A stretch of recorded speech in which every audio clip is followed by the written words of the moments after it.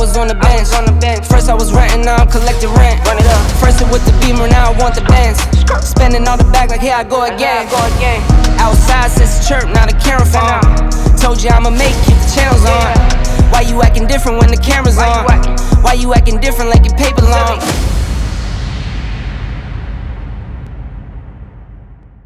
Good evening, fight fans, and welcome to another episode of Tough Sports TV. I'm your host, Jack Fletcher, and I'm delighted to be joined by Mr. Stefy Bullcroft today. Absolute pleasure to have you on the show, Stefy. How are you getting on? Good, thank you. Yeah, busy times at minute. We've got a very active gym with fighters, dates to be announced. So yeah, it's busy and enjoying what we're doing at minute. Obviously, last month, Dalton Smith was due to fight Lee Appleyard. Yeah. I noticed on social media that you'd come down with the coronavirus. All fully recovered now? Yeah, I'm all good. It weren't a nice week at the time, though. It hit me hard. I don't think Lee had it as hard as me, but Lee, his wife, ended up with it. My wife had it. So we had a bit of an epidemic between ourselves, but yeah, it was just one of them. We went sparring 2 weeks before, or it was third week, and just the night after sparring, just started feeling not myself and having symptoms, and I just went for a test just to be safe than sorry, because Lee's big fight, and Lee wasn't feeling too good, so he went for a test. I was positive, Lee was positive, his wife was positive, and my wife was negative. And then entered a rough week, didn't come out of my bedroom, kept away from everyone, and unluckily it was too late. My wife was positive a few days later, but yeah, that's done, all gone. And we're back fighting fit and moving on. I mean, very disheartening for Lee, because I know how much he was looking forward to this fight. Yeah. Waiting for his opportunity against the highly rated Dalton Smith. I mean, is there anything sort of in the diary moving forward for Lee to get this fight against Dalton? Lee is probably, I could sit and do a full interview on Lee himself, bless him. Seriously, that man, he's got to be the unluckiest fighter I've ever worked with. He's had fights, pull out fight week before, championship fights, pull out, and end up doing six rounders on shows. He has massive support. He has a big ticket seller. He's a model professional, lives the life. And to top it off, my last show before the pandemic kicked in last year was 28th of March at Barnsley Metrodome, and Lee were headlining in a cracking fight for IBO title, and he'd done over 200 tickets. His opponent had done some tickets. Everything was going brilliant. 3 days before, the board rang me and says we might have to pull shows. We're doing as best we can. And literally the night before the weigh-in, we had the call, and border control had to cancel every show going. And that's when the nightmare started, because he'd had a 10-week camp. Imagine the amount of, like I say, the tickets he'd done, and it's heartbreaking. So obviously then we're in the pandemic, and it's been an hard time for everyone. So we have actually had a couple of fight offers for Lee, which we accepted. To then days later, opposing team had pulled out. So that was disheartening. But I'll tell you what, if there's one man with determination and the will, is Lee Appleyard, because he stayed in that gym, bless him, all year. Drops on this opportunity. You've hit the nail on the head. Dalton could be a superstar in the making, but we don't know how good he is. Lee Appleyard, for Dalton, is the perfect fight. Lee is a genuine championship fighter. He's been there and done it at championship level, been in with some good fighters this sen. He's come up short in his defeats. Some have been split decisions, could have been either way. He's had draws. Lee is the perfect fight for Dalton. And Lee has won a English title final eliminator for the super fat lightweight English title. Now it's vacant.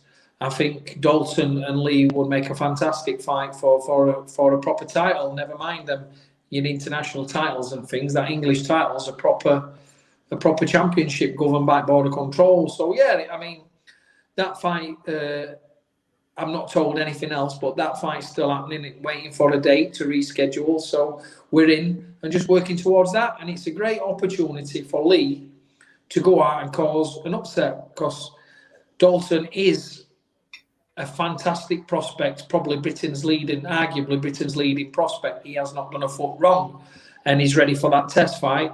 And Lee will be that test fight. And no doubt about it, Lee will be going there to win. He won't be going in there with his head down and any negative thoughts. He thinks he can win. And as a team, we've got to prepare for the win, and we'll be going in for that. So we know it's not an easy fight. We won't be a walking park, and it will be a tremendous fight when it does happen, I believe. I think it's fair to say as well that Lee Appleyard is ready for these big fights now. He's getting to that point in his career where he needs a bit of a break on Matchroom and to move his career forward.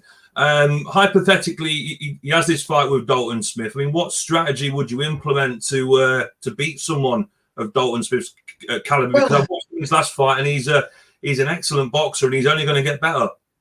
Well, it is what it is, isn't it? And like Lee is that test. Lee's tough, strong.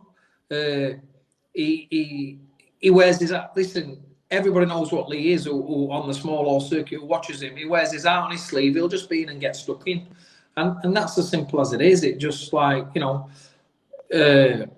over the distance, it don't matter how silky smooth you are. You've got to be able to keep it up for the championship distance. And like I said, Lee's a big step up for him, and they know that. I'm great friends with Dalton's dad, Grant, who actually trained some of my managed fighters, so we get on great. So it's just one of them where it's totally business, and Lee's got a fantastic opportunity. You can't turn it down on these big occasions and these big matchroom shows. So Lee'll just be super fit, and he'll be ready to go for 10 rounds. And it's as simple as that, really. There'll be no. It's that kind of fight, mate, that is a proper fight. That them lads there'll be no trash talk or nothing in that nature. There'll be a lot of respect, a lot of handshaking, and when Bell does it, it'll be very intriguing. Is it a 50-50 fight? What is a 50-50 fight? I mean, what did you think that David Avician and Josh Kelly were a 50-50 fight going into? On paper, it was a 50-50 fight, but then David Avician went in there in absolute masterclass, wasn't it? The problem what you get with these big matchroom prospects is they're already favourites before you got in. It's like I've got it with Terri Harper, so you're getting crazy odds with bookies and all that. I mean, look how wrong everyone got the Jonas fight wrong. So it's what you class as a 50-50 fight, isn't it? So Dalton will be a big favourite, without a doubt. But Lee's people in the trade who know boxing. You see the tweets, you see the things that flying around. They're intrigued in this fight because Lee is a big step up and is a very competitive fighter.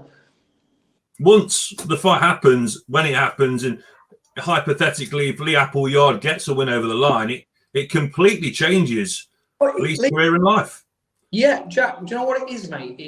Lee's got nothing to lose in this fight because he won't get anything from the bookies. He won't get anything from the average Joes. Dalton's looks an unbelievable talent. Lee has got nothing to lose. Lee's on paper is going to be there as an opponent.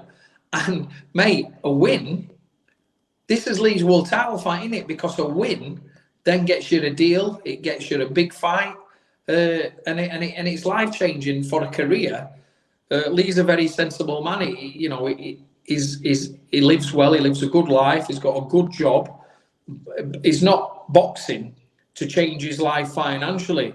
He's a real glory man. He's a proud family man. He's got a lovely family, and he's going in for win for his art. And he's already financially good. He's got a beautiful home. It's genuine for the glory, and he will. We've got longer to. Last time we only had 4 weeks' notice. Now for that fight, he'll have a full camp, so we'll be prepared better. Same as Dalton will. But you know what? I'm actually excited for it. I'm excited for Lee because if I've got one fighter that deserves a big opportunity, it's Lee. He's took his lumps and bumps. He's took his downfall. It's been a terrible year. He got pulled out day before main event. Then he gets COVID 2 weeks before to be on a massive event. lad's never had any luck, but everything happens for a reason. Maybe now the English title will be online and there'll be a bit more to fight for and a full camp, which is it'll be even better. So yeah, I'm looking forward to it for him. I'm excited for him, not for me. You know what I mean? Just he deserves a big occasion, and it's like I say, one of them where nothing to lose and absolutely everything to gain. So one of them kind of fights. Realistically, are you likely to get the phone call from Eddie Hearn to announce a date for this fight? Would you say, or is that kind of too hard to? No, I think Dalton's been quite busy. Matchroom have got a lot of fighters to be at, so listen. We're patient. Lee's ticking over. He'll get his notice, but I would imagine a date in May would be happening, kind of thing. Nothing any sooner. Just moving on to your star lady, Terri Harper. For a lot of people in 2020, it was an awful year, but for Terri Harper and yourself, it was a fantastic year. You know, great victory against Wallstrom. I watched that ringside. What a fantastic performance. Gutsy display against Jonas, and then a masterclass against Standers as well. Yeah. But now I'm seeing on social media a lady from, is it North or South Korea? Choi, just signed by Matchroom? She left... she left one side of Korea to move to the other. She left the part so she's got a great backroom story. And so yeah, Choi is the WBA world champion. She actually won the world featherweight title at 17-year-old on her debut, and it's an unbelievable story. She's undefeated in 19 fights. She's a 2-weight world champion, and it's going to be an absolute pleasure to share the ring with someone who's, you know, of that kind of stature. It's a fantastic fight for Terri. No easy fights, and an opportunity to become WBA world champion, adding to what she's already got. So it's massive, really. Am I right in thinking as well that she's defended a world title now 7 times? The super featherweight one, yeah. Before that, remember, she wore every one of her. I'd have to look back, so I think she might have had a couple of routine 10-rounders, but she, like I said, she actually won at 17-year-old the WBA world featherweight title. So I think she's probably had about 15 world title fights, Choi. Until her last fight, she'd never fought out of a country. Her last fight, when Eddie signed her, she fought in America, so that was the first time she'd left the country. So all her fights have been in home fights, in not big events. So it's going to be very daunting to her to come across and to fight such a young, hungry fighter like Terri. But yeah, she's got a great resume as Choi. I mean, you know Terri better than anybody, but looking at Choi and her fighting style and how she moves around the ring, her shot selection, and just a general ring craft. I mean, what have you seen so far that Terri could exploit in there? Well, like Choi's kind of been a little bit different in each fight. She's certainly improved over the years. Like I say, she won a world title in her debut. She's definitely improved over the years, and she's sharp. She's got good shot selection. She throws long range shots, and she works well to the body. But she gets hit a lot. She gets hit far too much, for my opinion. And Terri's very accurate, very strong, and she's got great legs. So it's one of them, I believe, that whatever Choi does, Terri does better. And it's as simple as that, really. So I'll not really, before this fight, be working on anything specific. It's got to a point with Terri now, or how much she's improving and mentally and physically. It's got to a point where I'll be looking for a stoppage with Choi. I'll be looking for breaking barriers. I believe that Terri could show a level above Choi, and it's just one of them that, although it'll have been when she fights Choi, which is announced next week, when she fights Choi, it'll be 6 months since she last boxed. But in that time, we've been, even though she's only had one hand, we've been in the gym consistent. Terri's a full-time athlete, and she's a better fighter than she was when she fought Fanders, and that's how fast things have been becoming with Terri. it's unbelievable. We're in stages how good she's got and how good she's getting, and to think she's only just 24 years old. She's been the trailblazer from get go. Remember when she fought Eva Wallström, she was 23-year-old and a 9-fight novice. Eva Wallström had not lost at super featherweight. She was world champion for 5 years and lost one fight on points to Katie Taylor. Terri dropped her. Terry's twice the fighter she was when she fought Wallström 12 months ago. And that's how fast it was. We learnt more in the Jonas fight than we did the previous 10. She went and beat Thunders, who was a very good fighter, and Terri just made her look levels above with one hand. She broke an hand in the 4th round, and she went and did what she did.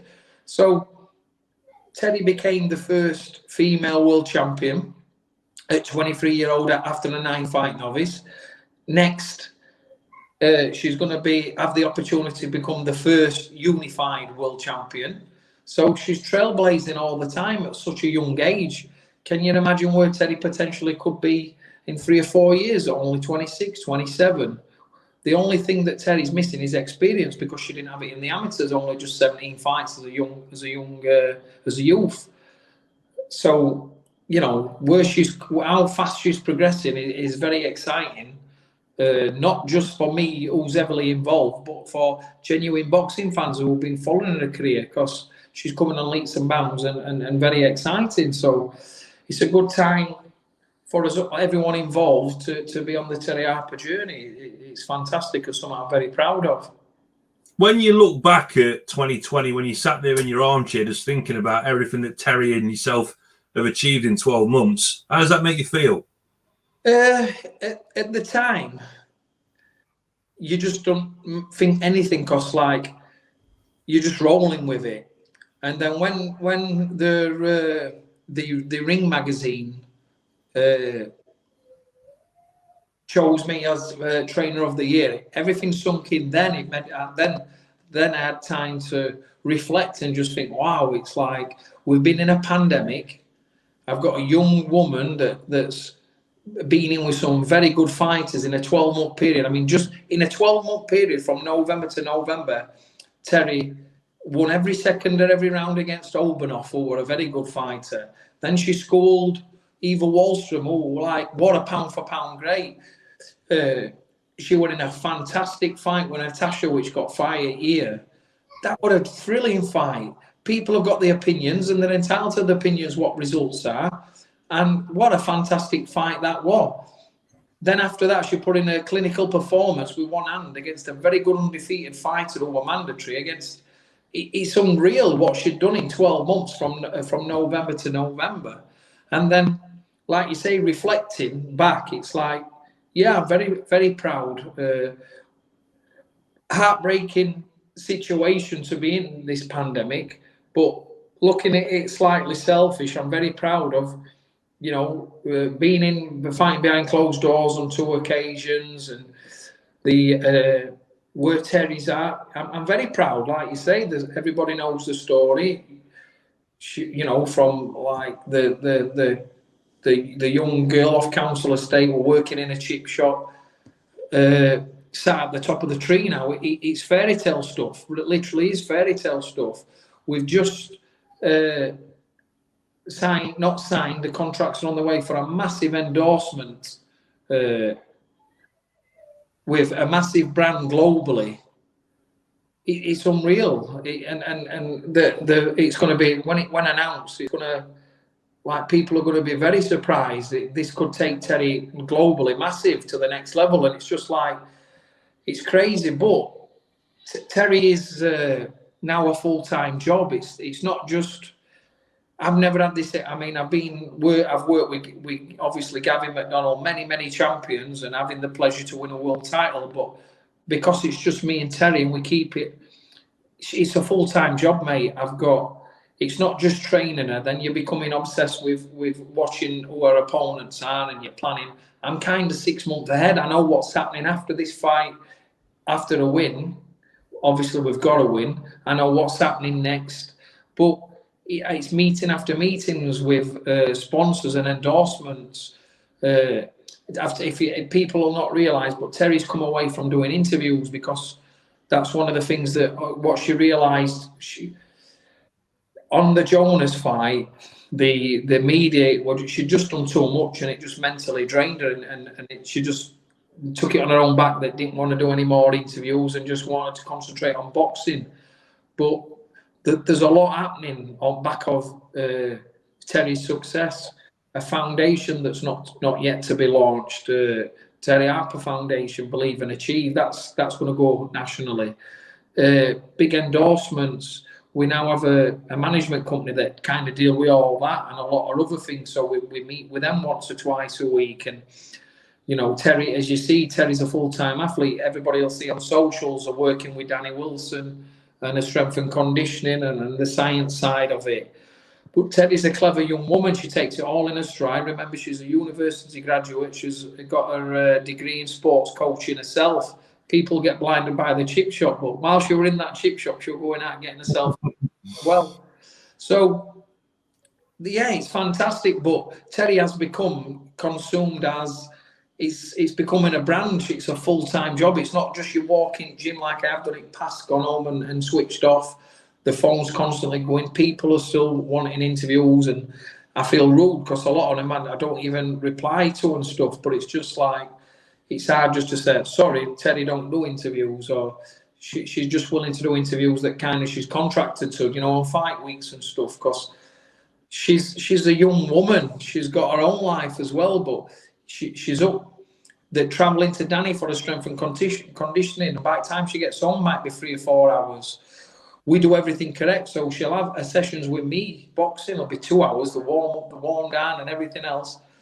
She's got a young sister. She's got family to go around and see. She has no time to herself anymore. So yeah, Terri's now become a full. It's crazy what's surrounding, but it's something new for me because I've never been an experience, and Terri's in big demand. So I've never experienced this side myself, Jack. It's always been in boxing. I come away from coaching fighters for about 4 or 5 years, and Ray's the head coach in my gym. There's a number of coaches. It's not just myself, but so I could concentrate on managing and promoting. Obviously, I got myself very, very busy. We were very busy with shows, and then obviously in the pandemic, there's none of them going. So then me and Terri's become a lot more intense because I'm not. It's just now it's coaching, and you know what? I'm absolutely loving coaching again. Terri, without a doubt, is the most naturally gifted fighter I've ever worked with, and she's an unbelievable talent, and I get so excited for that when we're working together because she can do things that you're trying to explain. She can just pick it up straight away, where you can work with some fights and it takes weeks and weeks. That's just how good she is. And yeah, it's like I'm loving coaching again because I've not had time, but now it's got to play. Now I can't wait till we can get small or boxing back, because I've got many young fighters coming through that are going to be wanting to get out and so desperate to get out themselves. So yeah, it's good. As you mentioned as well, off the back of everything that you've just said, 24 years of age, she just seems to take everything in her stride. Such a laid back, down to earth, grounded young lady. And I think that, plays a big part in the way she performs on fight night. Yeah, like I say, mate, I've been in big nights with Jamie and Gavin on big events, won British titles with Josh Whale, Robbie Barrett, Jason Cunningham, winning them Commonwealth titles, and they have similar kind of personalities. They can handle big occasions. They can do the championship rounds. They can what you're implying in round 1. They can still go to round 12, and it's a rare breed that can do that, and that's why there's champions, contenders, prospects. Only the special breed make it to the top.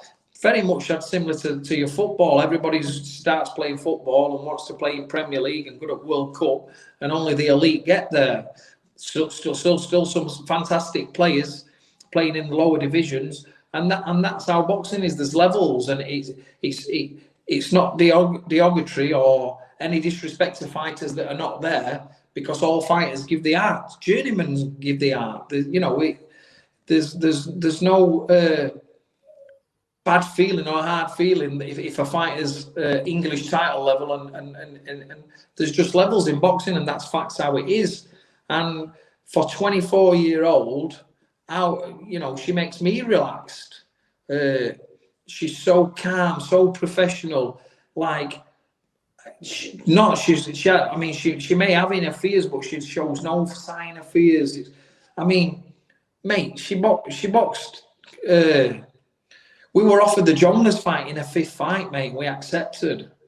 She fought Nina Bradley in a 5th or a 6th. So after Nina were offered it, she fought Nina Bradley, who were a very good fighter. Nina were world ranked when they fought. Nina were Commonwealth champion and won elites and things like that. Terry's just like no fears, and like, Wallstrom in 9 fights. There's no questioning anything. If I say we're fighting this person, she's like, yeah, let's go.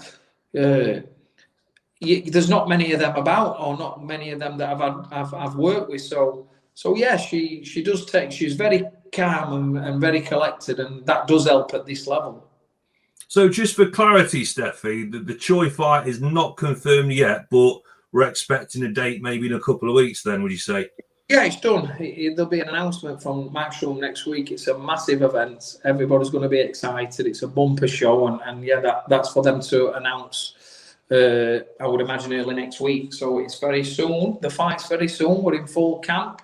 She has the first spar, Terri, tomorrow, female spar. So we're deep into it now. Yeah, it's like when you see it announced by Matchroom, that's when we're right. It's real now. We've been training kind of a while for it now, so we know what's happening. Contracts are done, everything's agreed. WBA, WBC, IBO championships of the world on the line. Don't get much bigger as being a trainer, and to be in these kind of occasions. So I'm as excited as she is. In regards to Terry's sparring, I know in the past it's been difficult for Terri to find female sparring partners. Is that a problem that's now been sorted out? Well, before you're reaching around for sparring, and there's no. It's a small tight pool. We've got a lot of lads in the gym, so obviously she's made do with sparring with them. But obviously now Terry's heavily endorsed, and her purses are not what they were when she started. We've got the financial budget to pay for whatever sparring we want. So no, that's not really an issue. We had a problem with the Jonas fight. Terri had no female sparring whatsoever because we were in the middle of a pandemic and there were no southpaws. That were one of the hiccups. We did a full camp, no sparring. We had Jason Cunningham doing technical work with her, but it just wasn't realistic. But it is what it is. No excuses. Not even need to talk about that. But we've been lucky that over the last 2 years, Terry's been sparring with Raven Chapman, the young girl I've just signed. Raven's an exceptional talent, a GB fighter, multinational champions, boxed all over the world, amateur level. So Raven has kind of been Terry's lead sparring partner for the last couple of years. I've always known how. I've always been in and around Raven, but she's been a massive help for Terry's development because, like I say, she's a very good fighter. She really suits the pro game, Bull Raven. So Terry's never been short of female sparring, just for the Jonas one we were. And now, obviously, we can afford to pay sparring partners and pay them well. So it's quite easy to get the sparring now, Jack. Just moving on to Mr. Gavin McDonnell. Yeah. Is he 34 or 35 years of age now? Yeah, Gavin's like Benjamin Button. That age is no issue whatsoever with Gavin. He didn't start boxing until he was 25-year-old, so he's fresh as a daisy. Gavin's been lacking over the last few years, lacking confidence coming off. He went heartbroken after his last world title effort. Obviously not getting any calls from Matchroom off back of it. So his confidence being very low. He's been in the gym all the time.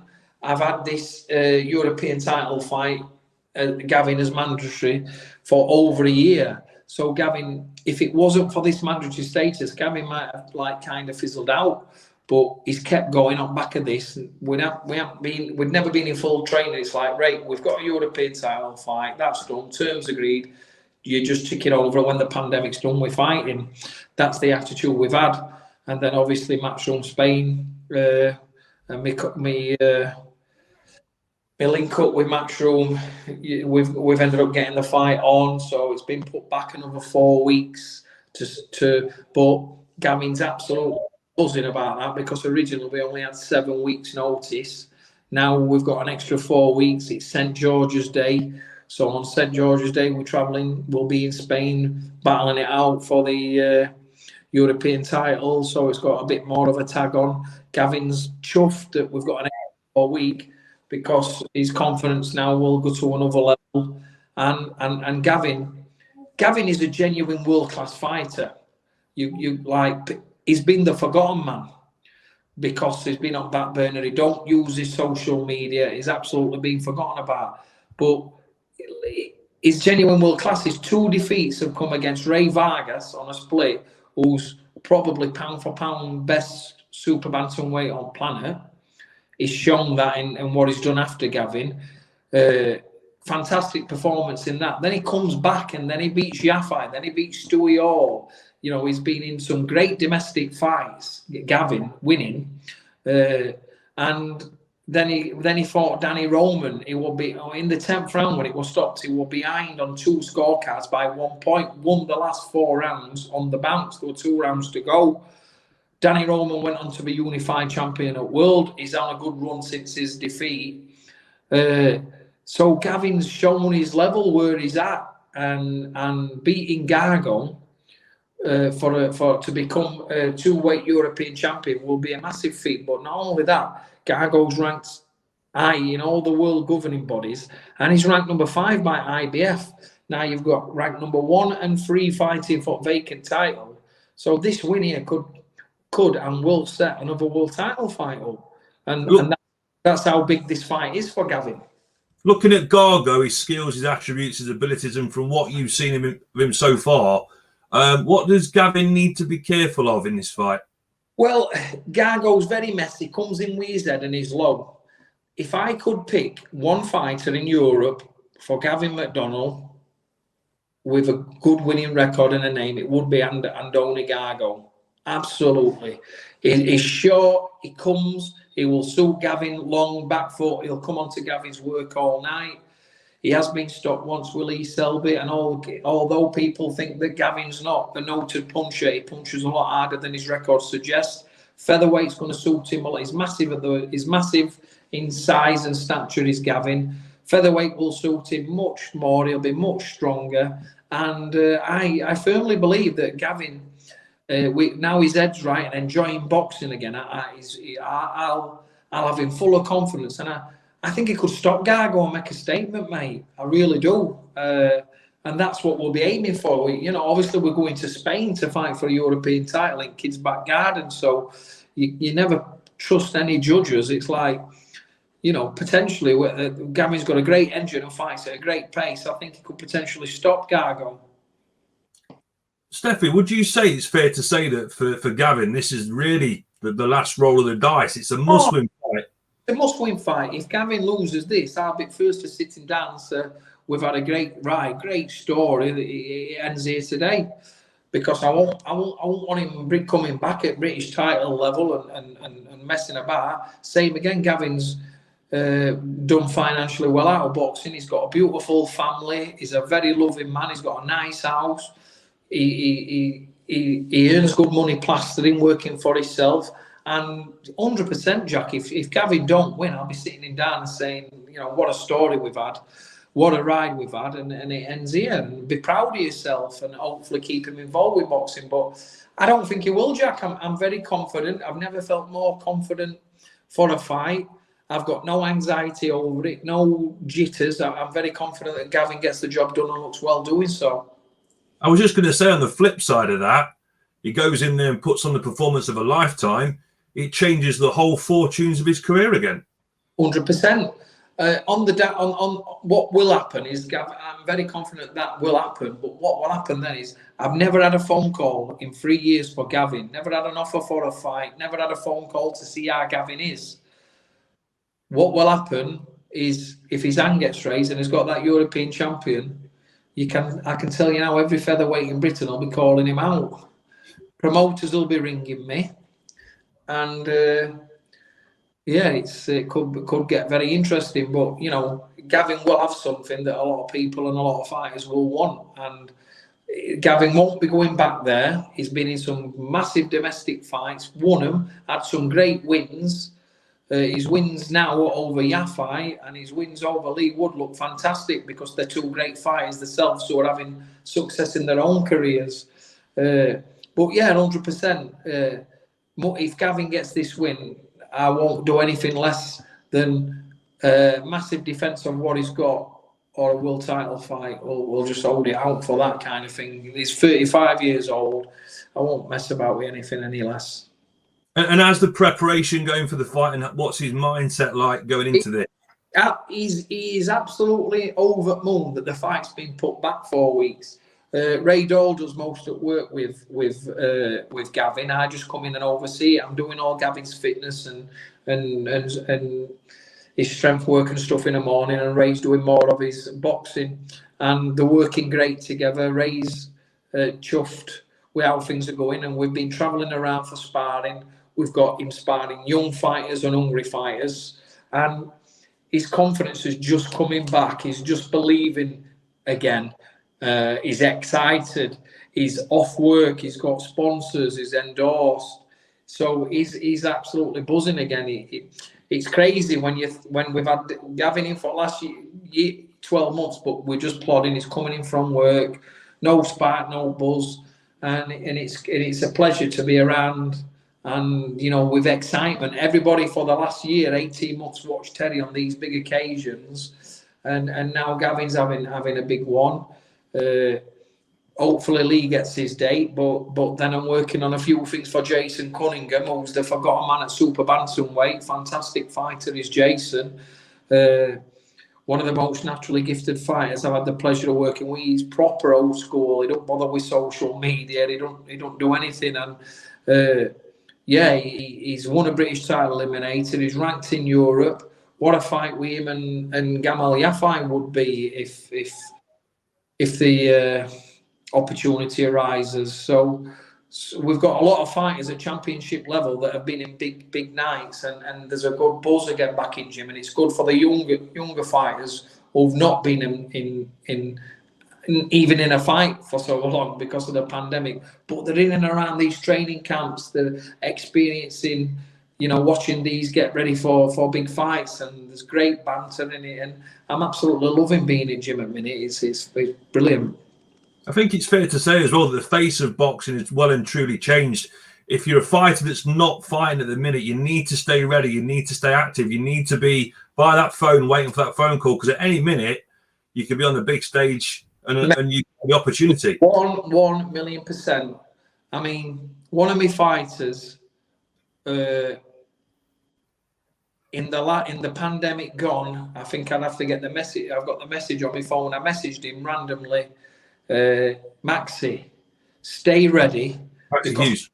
Yeah, Maxi, stay ready, because an opportunity will come at championship level. Nobody else was going to fight, but you're a ranked, highly ranked fighter. You're a championship fighter. I'm telling you, stay ready. I'll get you an opportunity. I get on well with Lee Eaton. I've known Lee years before he even got involved with boxing himself. So I'm always on nagging Lee for opportunities, and he knows Max is available, and I know he's got a lot of respect for Maxi. And then he just sent me just randomly, what do you think to John O'Connell, mate? And I'm like, yeah, that's intriguing. What weight? And you know, John O'Connell won a championship fight, 9'9", lightweight. Thinking, Maxi's not to lose here. John O'Connell's not a noted puncher. Maxi's got all the experience in the world for this fight. Anyway, yeah, I was surprised when that fight was done. Bucky's got it well wrong. And boom, what did he do? Go and upset the apple cart. I think he was like 7-1 underdog or something. Watched it, Stefy. It was a fantastic performance and great victory. But the moral of the story, he took my advice. He was in the gym all the time. He's still going to work. He's still got a family, but he's still ticking over at gym. Then he goes and wins that. And then what happens next? Oh, Max, did you fancy a run to Dubai for a WBC international title challenge against an unbeaten Kazakhstani flyer? Maxie, oh yeah, I'll have an holiday. We're in a pandemic. Let's get off to Dubai. What did he do? Go to Dubai. He didn't just win.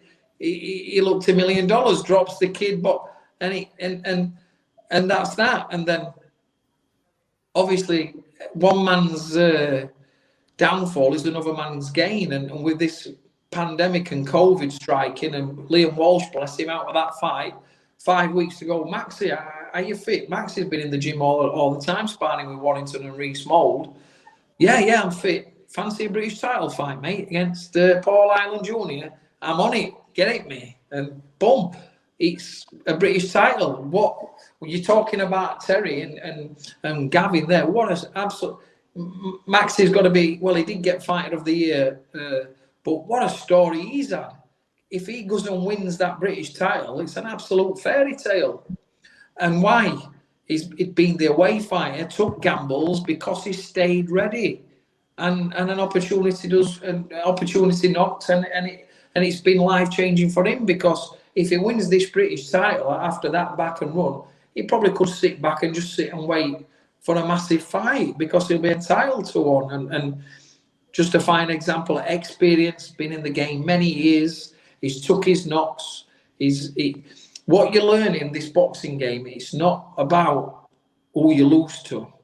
It's about who you win.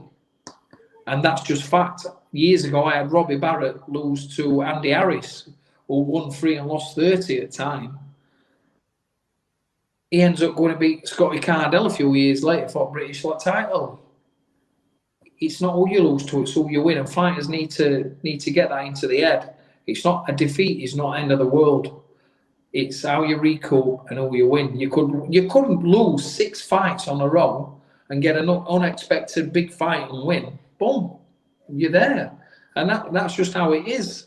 But yeah, stay ready. Opportunities come, take them. That's the message to all the fighters. Work on your initiative, stay ready, and stay in the gym then. Yeah, 100%, mate.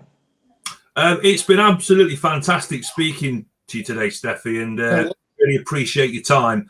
Just before we wrap up, have you got any sort of final words? Do you want to thank any sponsors, any shout outs at all? No, I just, I'm not lucky enough to get any sponsors. But just, if anybody does have a listen, and thanks for listening. And, it's I'm just blessed to be doing something that I absolutely love. So, now, not really any message. Lovely. Stefy, thanks for coming on to Tough Sports TV. Hopefully we'll catch up again at some point in the future. And once again, thanks very much for your time. No problem. Thank you.